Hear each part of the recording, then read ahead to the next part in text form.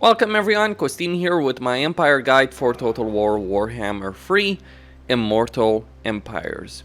The Empire is a relatively strong faction in a lot of ways, but they do have a relatively weak start, and they absolutely need a redesign on some of their systems, be it the Imperial Authority for Karl Franz and Balthazar Gelt, or the Imperial Supply System for Marcus Wolfhard, who I've been playing over here in this campaign.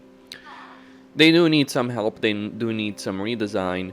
They're a faction that only got one DLC through, one major DLC rework, and that was in Warhammer 2, the DLC that added Marcus Wolfhard.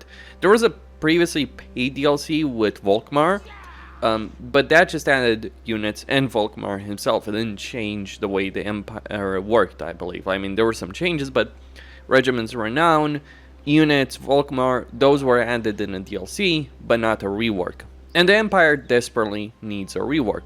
However, unlike, say, Kislev or some other races, the Empire is actually in a pretty decent state.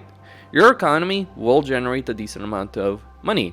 You also have trade, which can also generate a decent amount of money. Like, your trade can be pretty good, though you're more so going to rely on your economic buildings, your guilds, as opposed to other things, as opposed to just pure trade agreement. Though you can generate a decent amount of money through trade. For instance, over here, even though I have very limited trading partners, and I'm pretty certain many of the goods that I'm producing, if I look at it, I wouldn't be surprised if a substantial portion of my timber, for instance, is not being exported right now. A good portion of my iron, as well as some other things, just because I don't have currently a lot of trading partners. So Empire does have trade, though it's nowhere near as strong as the High Elves. The way I describe the Empire is that they're very similar to the High Elves, though they don't have the influence system, with both pros and cons to that. The pros being, of course, you don't need influence to recruit heroes that don't have negative traits. The cons is you don't have the excellent traits that the High Elves have access to. And without influence, you also can't influence other factions diplomatically. On top of that, the Empire doesn't have access to the really powerful archer units of the High Elves, though they do have some fairly decent archer units themselves, like huntsmen, archers, crossbows. But really where the Empire shines in terms of its unit roster is with its artillery. Hellstorm rocket batteries. They also have access to some pretty good cavalry, Demigryph Knights, Demigryph Rights, as well as having access to relatively good skirmisher cavalry with outriders, and outriders with grenade launchers, as well as some other options. There are mods that I am using, but even without mods, the Empire is going to be in a pretty good state from an economy standpoint, from a hero standpoint, from a lord standpoint, research-wise, and late game army, like just late game army potential, or just like mid to late game potential. The problem is they do have a relatively weak early game, and in Warhammer 3, having a strong early game is actually quite important. The only one who is an exception to this rule is actually Marcus Wolfhard, who has a relatively strong early game but may struggle in the late game. Like, he's exactly the opposite. He is good early on because he can get units for free, specifically like these Hellstorms and cannons, as well as these this Hellstorm and these cannons, and then this army over here. Like, I did not recruit any of those artillery units. I even have an extra army over here. It has a Hellblaster. I did not recruit them. I got them for the Imperial Supply System. But it does have cons in that a very powerful army is going to spawn pretty often as you take more territory in Lustria. But yeah, the Empire, pretty good faction if you can handle the misery of pretty much all of their starting positions, with the exception of Marcus Wolfhard. For him, the issues are more so mid to late game issues that he has to struggle with. Now, to speak of the legendary lords of the Empire, there are 4 choices: Karl Franz, Balthazar Gelt, Marcus Wolfhard, and Volkmar the Grim. Now, generally with most races, what I discuss here with regards to the legendary lords is like their strengths, their weaknesses, and I'd also point you out to a video that I've likely done on the subject of which of the legendary lords are the best, like going into greater detail. But I'm not really going to do that, because if we can talk about individual strengths, here's what I would say. In terms of individual strengths, Gelt is probably the best legendary lord. He gets access to a ridiculous amount of battle wizards. He has 10 armor for all of his armies. That's actually fairly significant in both auto-resolve and battle. He has a pretty decent starting position. Although his province is only 2-region province, he can get access to Sylvania if he wipes out Vlad and get access to a very powerful province. He's got a lot going for him. So like order, like Gelt would probably be the most powerful individually. The problem is he's got to deal with the Imperial authority system. So does Karl Franz. Like when you look at Karl Franz, Lord Recruit rank, Prestige, Diplomatic Relations, Campaign Movement range, all that seems very strong. However, Karl Franz has a genuinely miserable starting position. Then you've got Volkmar. Volkmar has access to really powerful AoE abilities. His benefits for Flagellants, Empire Knights, and Free Company Militia are not that great, though his hero recruit rank for Witch Hunters and Warrior Priests can be pretty good. Don't get me wrong on that. And he does get a major cooldown benefit to Battle Prayers. What that means is that all your Warrior Priests and Archlectors and Volkmar himself will be able to cast their abilities, not their spells, their abilities, much faster, giving him a significant amount of power in battle. He can also get access to the Books of Nagash. And then Marcus Wolfhart, well, he gets, like, he personally is kind of crap as a legendary lord in battle, because he's a ranged one, and ranged lords and heroes tend to be relatively weak. But he does get a fairly substantial upkeep benefit to archers and huntsmen, and he does get those free units that I mentioned through the Imperial Supply System. Like, what happens with the Imperial Supply System is that once you capture more territory, increase hostility, you will eventually get supplies because you're a colonial expedition into Lustria. And you can get hero recruit rank for Huntsman General, so basically Huntsman Generals as lords, but they're also not that great because, again, they're ranged lords, so they're not really great. Like, the way ranged works really needs some help in Warhammer. Free, it's needed for a while, but yeah, ranged lords and heroes just don't do very well. Like, some of the most powerful lords in the game, legendary lords in the game, can be ranged lords, but it's not because their combat ability is that excellent. Although there is one major exception with the Sisters of Twilight. But you know what? They're on a flying unit. They're not on foot or anything like that. They're literally on a flying unit, and a powerful one. And they kind of overcome the issues that ranged heroes or lords have. But anyway, here's what you need to know. The Imperial authority system that Gelt and Karl Franz have to deal with is pretty crap. Marcus Wolfhart will have a lot of issues because of the hostility. Yes, he gets free units, and that is incredibly powerful. Make no mistake on that, because being able to get cannons and Hellstorm rocket batteries without needing to get an artillery shop is an incredible amount of power for anyone. It helps him with sieges. Like, he can take, with that artillery power, he can deal with a lot more powerful armies than any of the others. And he can take down sieged wall settlements far easier than anyone else, because he can knock down the walls, knock down the wall towers.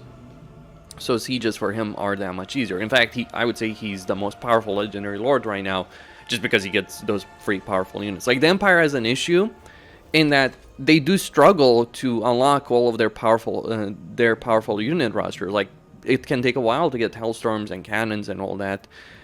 Wolfhart can get it to, like, I know, 10, 20 turns. He can start getting Hellstorm rocket batteries, and that is an incredible amount of power that he has access to. So he is strong, but the fact he does have to deal with the hostility, which affects his public order, so he's going to struggle with potentially rebellions. He's also going to struggle with vast stacks of lizardmen spawning in his territory. That's going to create a lot of issues. Like, he's the strongest, but from a practical standpoint, I would say the only one that's the most playable is actually Volkmar. He's nowhere near as strong as Marcus, but he doesn't have to deal with the Imperial authority system. And although his initial starting position over here is pretty miserable, actually, in a lot of ways, he doesn't have to deal with broken gameplay systems like the others have to deal with. So if you're looking to play Legendary Lord of the Empire, and you don't want to deal with broken systems as the other three have to deal with, then I would recommend Volkmar. Just keep in mind his star position is rough, and he has a lot of neighbors, and he just doesn't have the potential that, say, someone like Marcus Wolfhard has. But he does have a lot of power, and he can increase it even further. I mean, the way to view it is that right now, Karl Franz and Gelt are pretty broken because the Imperial Authority doesn't work. One of the big problems with it not working is that you can't confederate with other Imperial factions, so you can't control the Empire. Because it's a dilemma. Sometimes it works, sometimes it doesn't. Plenty of people, including myself, have reported issues on this point. So I would not recommend playing Karl Franz or Balthasar Gelt until they fix that. But even if they fix that, the Empire is going to need a major rework for these guys to be considered good. Like, the entire Imperial Authority system, the entire Empire itself, really needs a rework. And out of Volkmar and Marcus is better, much better early on. Volkmar is better later on, late game potential. That's how I would describe these two legendary lords. Like, when you're trying to build a global empire, Volkmar is probably the best. If you just want to play a campaign for like 40, 60 turns, something like that, along those lines, Marcus is probably going to be your better choice. To talk about regular lords and heroes, you have 3 lord choices outside of your legendary lords. When it comes to your legendary lords, what you always need to know is, like, you spend 1 point Root Marcher, 1 point Inspiring Presence, generally get Pistol Core because you will want to get the Crossbow and Huntsman and Archer benefit, specifically the Archer benefit. And then you save points to get their special skill tree over here at the top. And then you likely buff more in the army ability, like for instance for him I've got an Imperial Gunnery, Rally, etc. And then I've spent some points, like I got Hard to Hit in his melee tree. He does have a melee tree, though he's not going to be that great in melee. And then I've gotten some points over here in his range tree. Specifically, I want to get Executioner as an ability. One of the things to know about skilling up your lords, be it legendary lords or regular lords, is the following. Generally, a lot of factions nowadays do have like a skill like this, like Emperor's Finest. However, the problem for the Empire is that although this will affect most of your melee units, melee infantry units, it won't affect all of them. Specifically, it won't affect greatswords. For that, you have the Honest Steel skill, which also increases the benefit of your Demigryph Knights. What that means is, if you start spending points in that skill, you won't be able to benefit your greatswords, which are the units that you will want to get later on. Like, you might be using Spearmen with Shields or Swordsmen for a lot of your campaign, but eventually, as you unlock the recruitment for the greatswords, or you're using a mod to upgrade your units to greatswords, you will want to switch with that. My recommendation, my strong recommendation, is to use the 1-button reset skills mod, so that, yeah, you can start spending points in Emperor's Finest and then switch to Honest Steel as you get higher ranked. Things like Speed of Horse or that Mighty Forge just aren't really worth looking into. I mean, if you are getting a full-on army of steam tanks, maybe, but just like Ward Save for those kind of units, although good, don't get me wrong, it's like it only would really benefit the steam tanks, because Ward Saves for War Wagons, you never want to get War Wagons into a melee fight or into a fight in general. You don't want them to get damaged. Luminarchs are not great units, and steam tanks, although good, are very high tier units that you're not going to use for most of the campaign. Just some things to bear in mind. And there are better better ways to spend your skills. As for the lords themselves, you have the generals of the Empire, the Archlectors, as well as the Huntsman General. Though bear in mind that 2 of these are DLC, and one of the things to say about the Empire is you really want to only play these guys if you have the DLC, specifically Marcus Wolfhard's DLC, not to play him himself, but to get access to the Archers. You also may want Volkmar's DLC to get access to the Archlector. I believe that's a DLC Lord. Like, there's there's quite a bit of significance to having arch selectors. Now, when it comes to the lore choices themselves, Room Archer, Sparring Presence, Pistol Core, and then buff their melee tree or range tree, whatever. With Huntsman, you may not care about their combat ability, but they do have a special skill tree over here, which gives them campaign movement, range, casualty replenishment, range when it comes to that. Like, the way to view it is Imperial Generals as heroes. They're pretty good. They're probably going to be the best melee fighters, but that's really all they have. They don't have any major significant buffs to the army, though they can get an Imperial Griffin, which would give them a great deal of combat ability. Probably the highest personal combat ability of any lord, though it's more aimed at fighting other lords or heroes as opposed to fighting an army. For the Arch Lectors, it's exactly the opposite. They don't get those mount options, that powerful mount option, but what they do get as a special skill line is the Grand Soulfire skill line. And what this allows you to do is, well, this ability right here is incredible because it does a good amount of damage, and it's not magic, it's just a cooldown based ability like runes. Like, all of these are cooldown, so you get melee attack for all allies in range, damage resistance, and then an AoE ability. Arch Lectors are much better at dealing with enemy armies. Not single entities, but a lot of, you know, infantry, range units, all that. Just get the Arch Lectors into a blob. They're not as good at fighting enemy lords and heroes as the generals of the Empire are, but they're going to be better overall in a fight. Yes. And the Huntsmen are campaign buffers. They're pretty bad in a fight. Yes, they do have a melee skill tree, but it's like their actual survivability in a melee fight is not really going to be all that great. They have lower HP than their choices, much lower armor. So lower HP, much lower armor, and if we look at melee defense, they also have lower melee defense. So they'll get hit more often, they'll get hit for far more damage, and they'll actually dish out far less damage in melee. They're mainly here to buff your ranged units for Experienced Hunter. They can buff your greatswords, and they can give you campaign movement range. So there are pros and cons with them, but yeah, basically the generals of the Empire are lord and hero fighters, the Arch Lectors are army fighters, and the Huntsmen are there to buff you on the campaign map, to buff their armies on the campaign map, though the weakest in a fight.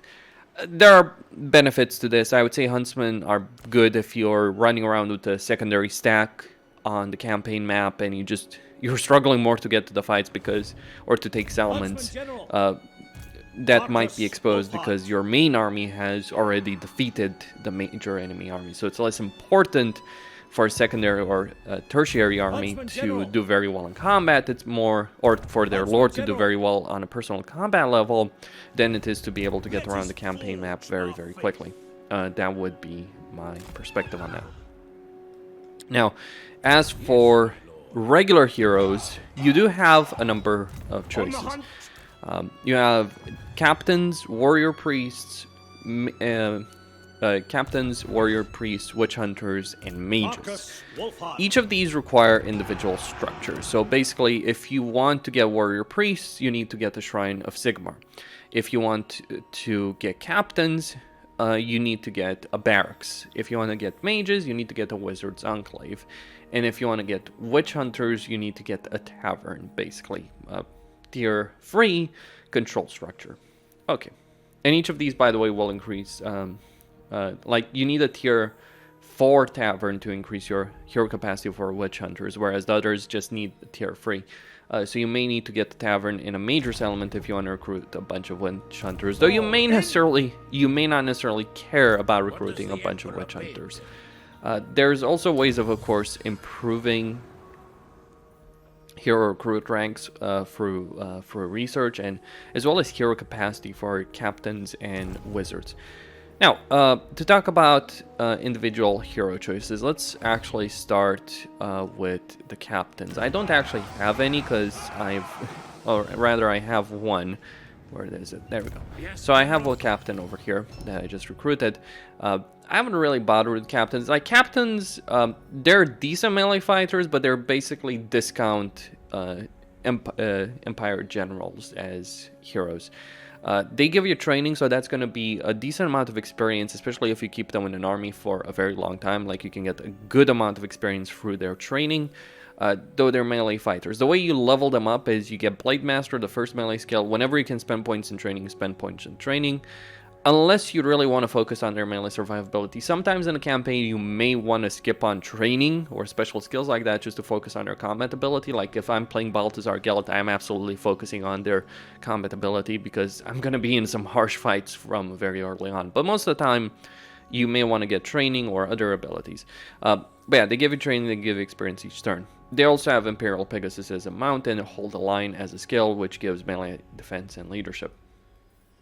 And they also have missile resistance. The way it works is you spend points in, you get Blade Master, then you spend points. You can either go full on armor or hard to hit. Both of them are pretty good choices, but you have 3 points, let's say, in hard to hit, and then 1 point in full plate armor, or the opposite, 3 points full plate armor, 1 point hard to hit. Depends on what you're dealing with. If you've got more range units to deal with, then full plate might be better. If you've got a lot of melee, hard to hit might be better because it just reduces the chance to hit. By the way, once you spend 4 points here, you get Foe Seeker, and then you move on with Blade Shield, Scarred Veteran, and, just unlock Deadly Onslaught. But get Blade Shield, then a point in Scarred Veteran, then Deadly Onslaught. And once you've gotten Deadly Onslaught, Sigmar's Ward, to Hold the Line, just finishing up the melee skill tree, and then getting training. Don't worry about Control, Assault, Wound, all that, unless you really absolutely need to get those particular abilities improved. I generally don't use my heroes, hero actions all that much in any campaign I'm playing because if you use a hero to do a hero action, you're not gonna have them in an army to actually fight the battle that follows after that. It might be worth it sometimes. Let's say you might want to assault. You might want to assault units in a settlement you're about to attack or something like that, and then put it under siege. But when it comes to sieges, you generally want to attack the same turn you're going. So those kind of actions are not too important. At least actions that affect the enemy army. Though sometimes you might want to eliminate some enemy agents with wounding or assassination. Then Witch Hunters. Witch Hunters, I would say, are the worst heroes for the Empire because they're a ranged hero, and they're not going to be that great in a melee fight. Low armor, low melee defense, they're not going to survive all that well. Though they do have melee skills, the way I'd build them is whenever you can take points in Scavenge and Accusation, like just get Accusation as quickly as possible because it is a significant debuff on enemy lords. And that's really the role they're going to fill in a battle. They're going to debuff an enemy unit or an enemy lord. Outside of that, they don't have much to offer. Yeah, you get a point in Bloody Blade, 3 in Elusive, 1 point in Gutter Fighter. Like, don't bother with the range combat ability because it's pointless. But 3 points in Elusive, 1 point in Gutter Fighter after you got Bloody Blade, then get Stalker. And then get Counter Striker, or maybe focus on Survivalist, then 1 point in Counter Striker, get Slippery, and then finish off Counter Striker, Gutter Fighter, get Magic Resistance. That ward save is going to be get Magic Resistance at the first possible opportunity. 5% ward save is not something to sneeze at, but yeah, they're just not going to offer a lot. However, in terms of the campaign map, that campaign movement, that campaign line of sight is useful. And crucially, they also give you more post-battle loot, so you will get more money from fighting battles with Witch Hunters attached to an army. But certainly the weakest of the heroes available, and I would not prioritize getting capacity for these guys, especially since to increase capacity, you may need to get higher tier settlements. For instance, over here, I only have 1 capacity of a Witch Hunter because I would need to get taverns to tier 4, which you can only do in a major settlement. And in a major settlement, getting that tavern is probably the least important thing. Like, get 1, sure, but don't bother with more until much, much later on in your campaign. I mean, I'd certainly say they're worth using to some extent for the post-battle loot, but they're the least important heroes you can have in an army. Then you've got Warrior Priests. Warrior Priests, like Archlectors, have access to the Soulfire skill. Though, in their case, it's different. Whereas with Archlectors, if you want to access Soulfire, you have to spend free points here. With Warrior Priests, you don't have to. You can ignore the other skills, though you wouldn't necessarily want to do so, because Hammer Sigmar is a lot of melee attack, Shield of Faith is a lot of damage resistance. So, with Warrior Priest, I would say whenever you can spend a point in replenishment, you spend a point in replenishment. That's one of the main things they offer you. They offer you replenishment. Heroes of replenishment are very good for every race that has them, because it allows you to quickly recover from battles and just keep going in the campaign map. Keeping the momentum going is fairly important. But outside of just spending points in replenishment whenever possible, I would spend points in the top skill line whenever possible as well. You're going to get that amount unlocked automatically, but whenever you can spend points in Hammer Sigmar, Shield of Faith, Soulfire, and it's going to be in order because you'd require higher ranks, like for instance Shield of Faith is 11, Soulfire is 15 for them. But outside of that, you can get a Righteous Fury for melee attack whenever you want. If you're dealing with a lot of range units, maybe missile resistance, but generally speaking, spend points in replenishment whenever possible. Spend points in their magic, quote-unquote, ability skill tree whenever possible. And then spend points in melee tree, like Safeguard into Impassioned. With 1 point in Wild Eye, that will unlock Faith's Bastion. And with Faith's Bastion, you can unlock Inviolable.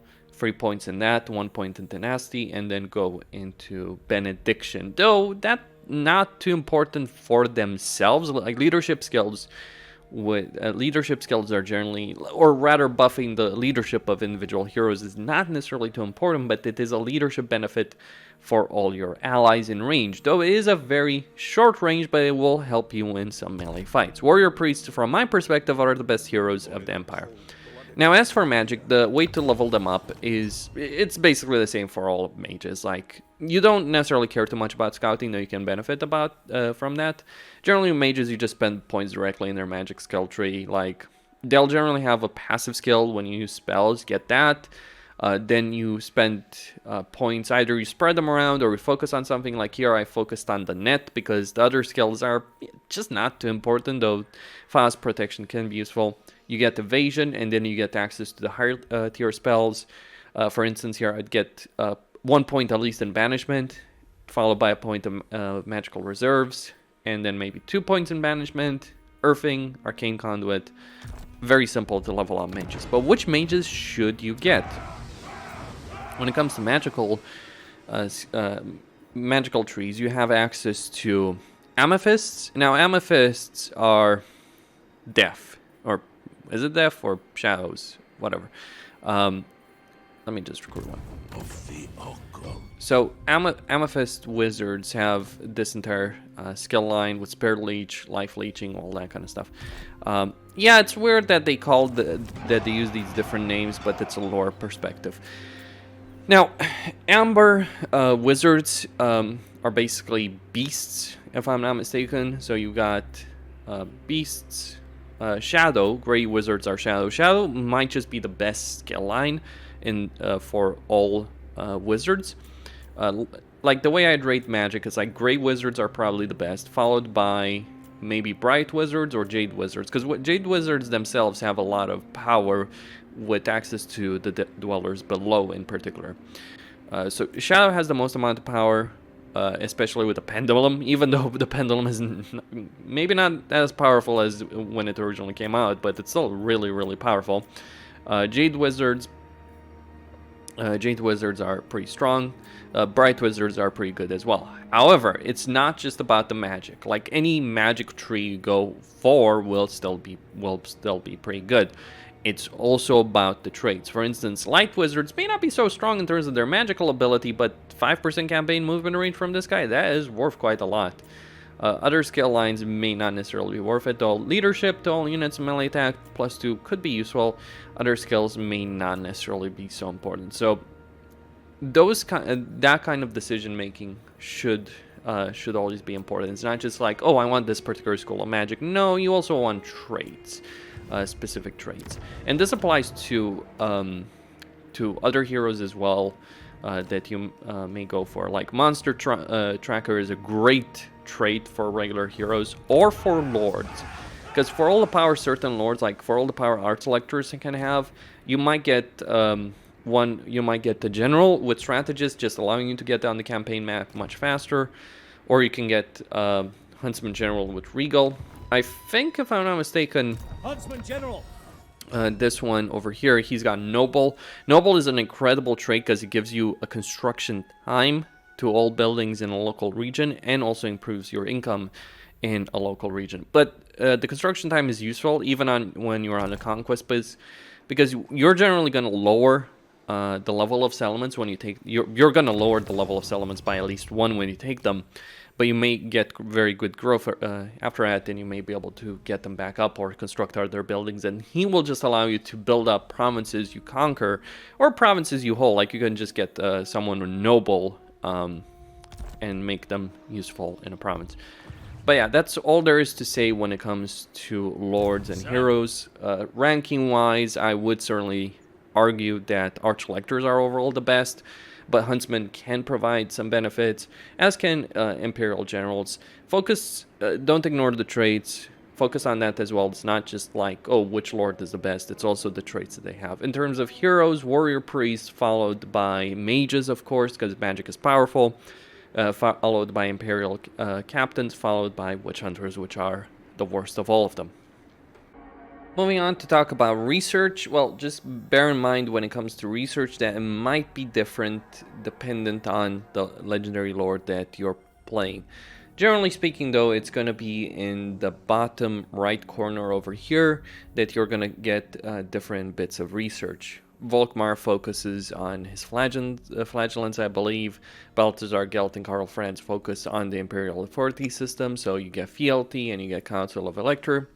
It doesn't really matter all that much, to be honest, with Balthazar, Gelt, or Karl Franz. It may matter for Volkmar, it may matter for Marcus Wolfhard, though even they wouldn't necessarily prioritize it. Generally, what you should focus on is as follows. You should always get the rebates, because it gives you 10 growth and 2 control. Both of those are pretty good. You want both, they're going to benefit you. And control, higher levels of control also benefit your growth, because with higher levels of control, you can get more growth. So that's the first one that you should get, regardless of the legendary lord that you're playing. So 5 turns to get the rebates. After that, my recommendation would be to get the Imperial University, so Assembly Line into Imperial University. The reason for that is it will increase your hero capacity for both Empire Captains and Battle Wizards, so you'll be able to run around with more mages and with more Captain heroes for more of your armies. That is always going to be useful. After that, you may want to get Clergy of Sigmar, rather. So that would mean going through grain silos, colonial factors, and clergy. But it may not necessarily be too important. But because it's just free hero recruit rank, that's mainly going to benefit your warrior priest. But you are going to be capped with warrior priest, really, until you can get a lot of shrines, until you can get a lot of shrines of Sigmar. Because you are probably going to get warrior priests faster than you'll be able to get the clergy. Like, you'll be able to get the first of these shrines faster than you'll be able to get the clergy upgrade. So it's really only going to benefit the ones you get after that. So that's why it's not the priority. Though there are some things that are worth it in the trade and industry. Specifically, supply wagons can be really beneficial for global recruitment and local recruitment capacity, as well as manualism. So that would give you a free Lord recruit rank for all of your lords. Keep in mind that the Empire is certainly a faction that grows more and more strong as you play it, in that you will unlock more and more power or a stronger economy to allow you to get more armies. So having Lord recruit rank benefits plus free can be pretty substantial. That could be a way of viewing it.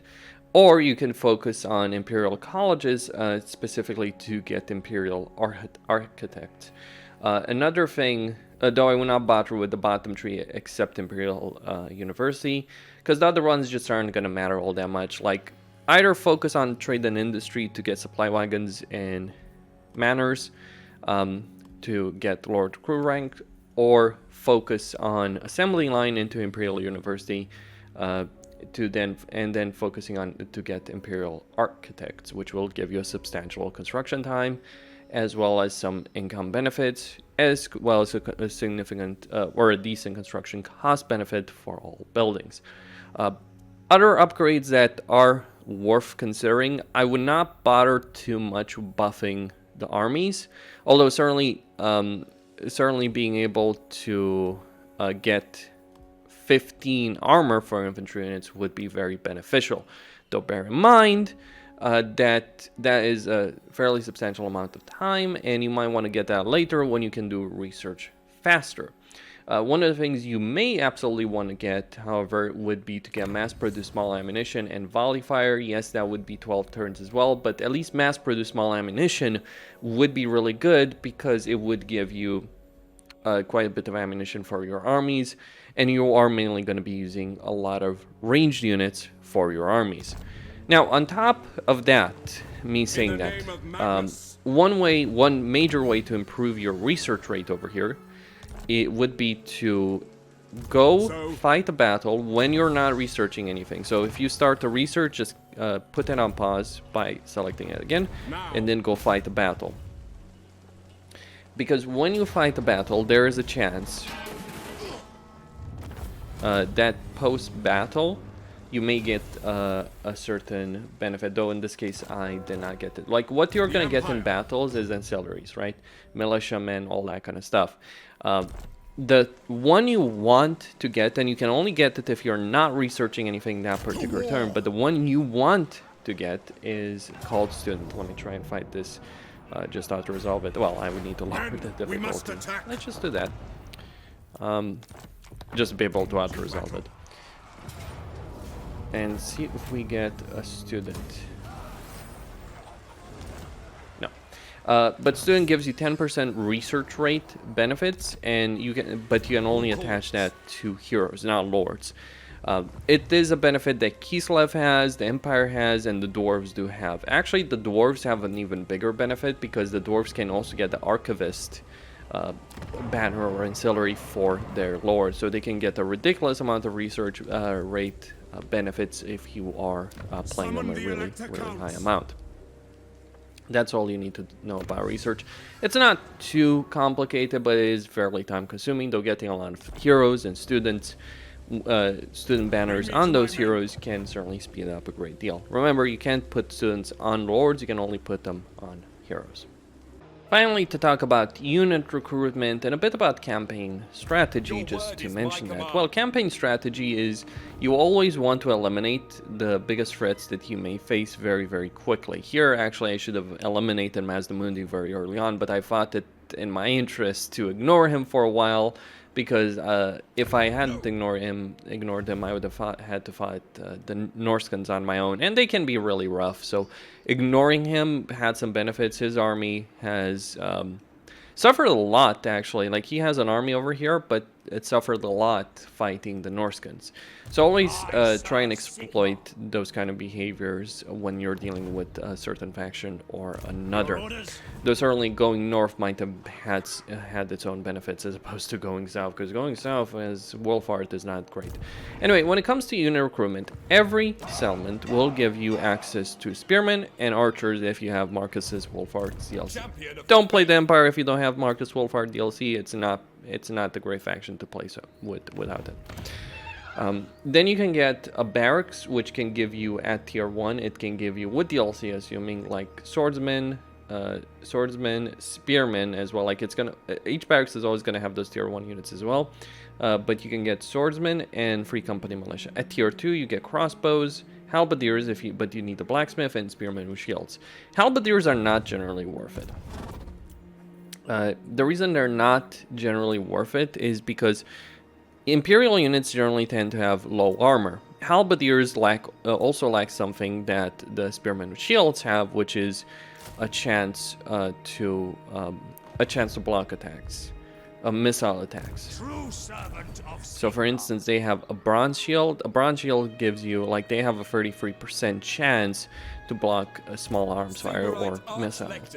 That is a fairly decent amount. And if we compare the two units between themselves, like halberdiers are only slightly better in terms of melee potential, but otherwise, like spearman shields are just gonna generally do better.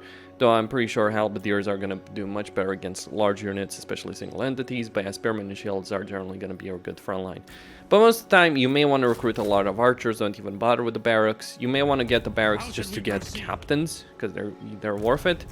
But most your crap stack, so to speak, or your main armies for much of the early game would be made up of archers.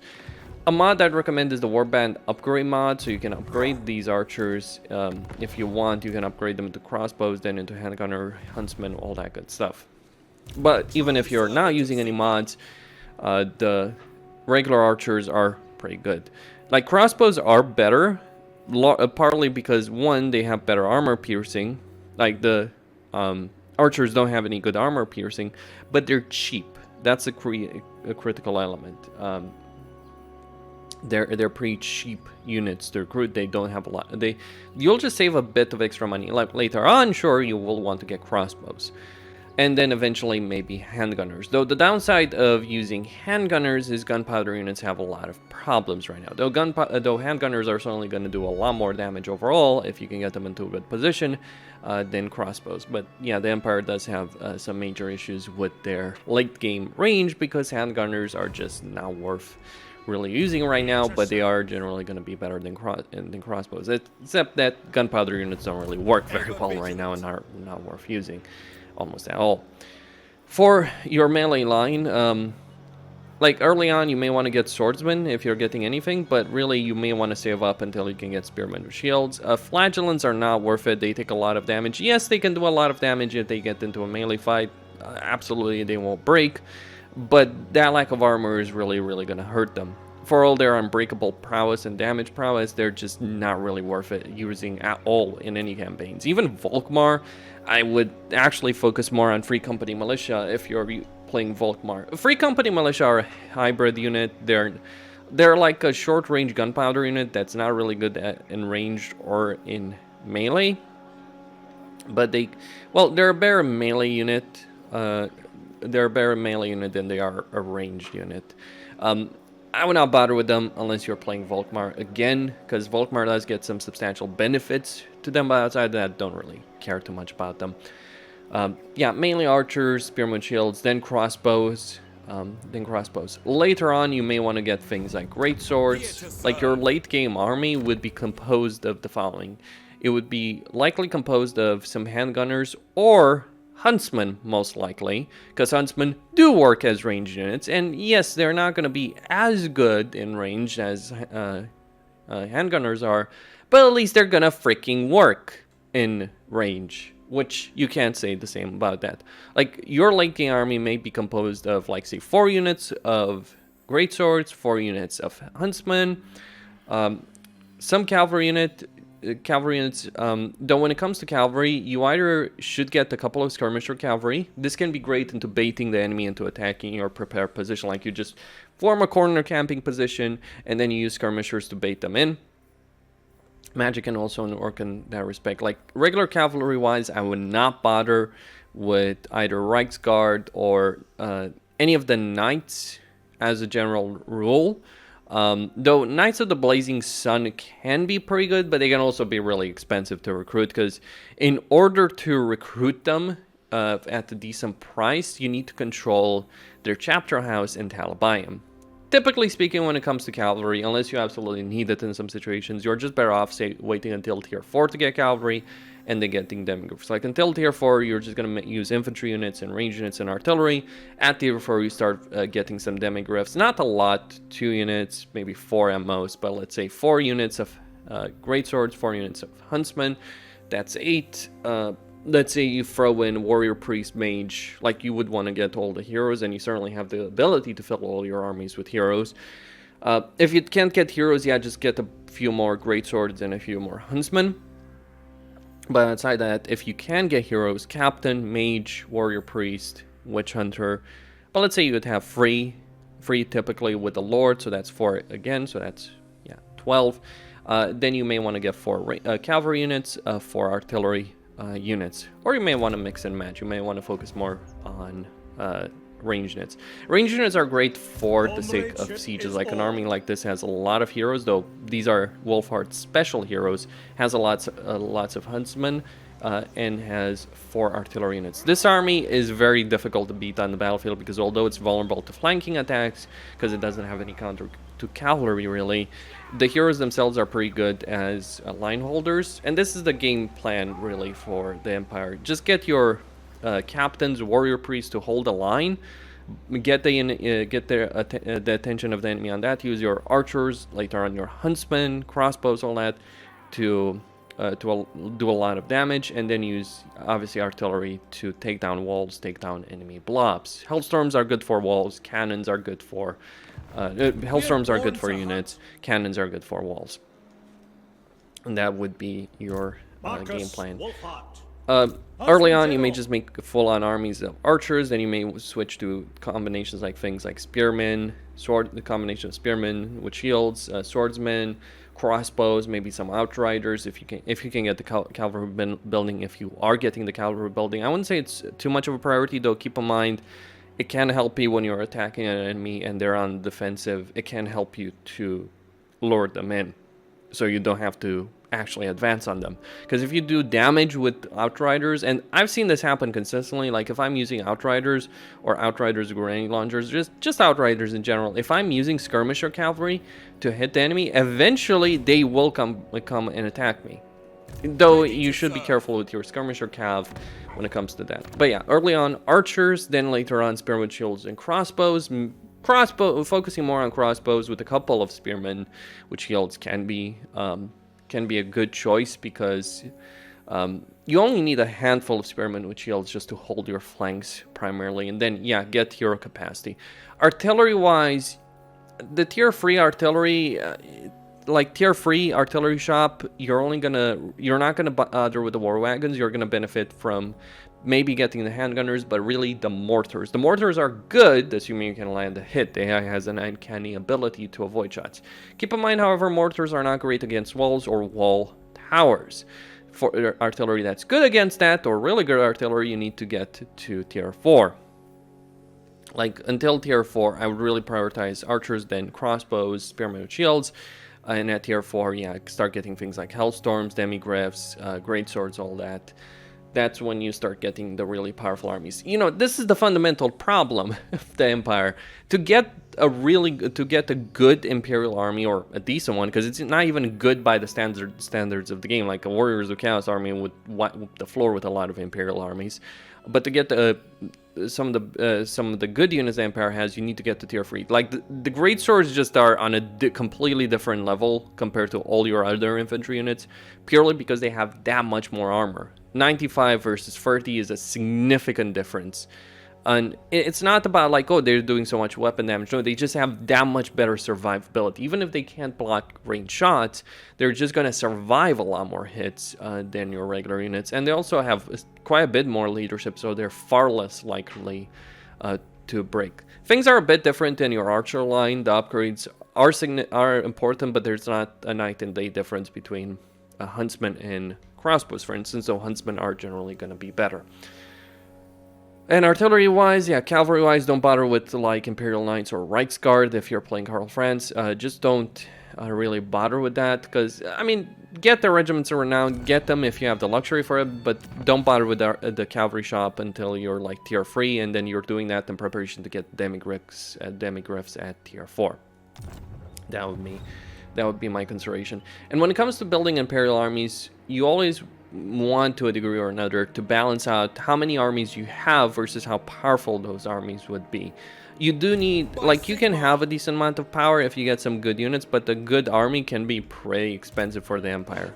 You can, even like a relatively cheap army can cost quite a bit. Even an army of archers can be a relatively expensive affair, let alone an army like this with spearmen, shields, handgunners, crossbows, demigriff knights, outriders, great cannons. By the way, this is a pretty good army. The only thing I would change here, I would actually just switch these spearmen with shields into great swords.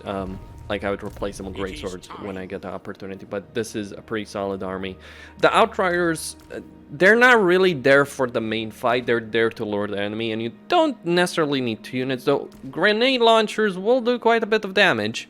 Like regular Outriders, not so much. Grenade launchers, completely different discussion. Though they are fairly vulnerable against range. Like, range units will tear these guys to shreds when it comes to it. And that's really all there is to say about the Empire. Costin here signing out. Don't forget to subscribe, like, enable notifications, and I'll see you next time. And hopefully, Creative Assembly will fix this faction. I would say that they need better armor on their baseline units. Like, 30 is just too low compared to the myriad of threats that they're dealing with. And it's the problem of a combination of swordsmen, of their melee infantry being weak until you get great swords. Combination of that with ranged having a lot of issues in terms of just working right now in the game. That's causing a lot of problems for the Empire as well in terms of their armies. Though it's really the fact that a lot of their power is locked behind different structures. Like, if you want great swords, for instance, you need to get armory. You need to get an armory. And you need to, so that's tier 3 structure. You need to get that armory, and then you need to get the barracks. You need 2 structures to get the great swords. Other factions may just require a single building. Anyway, that's all there is to say. Stay tuned.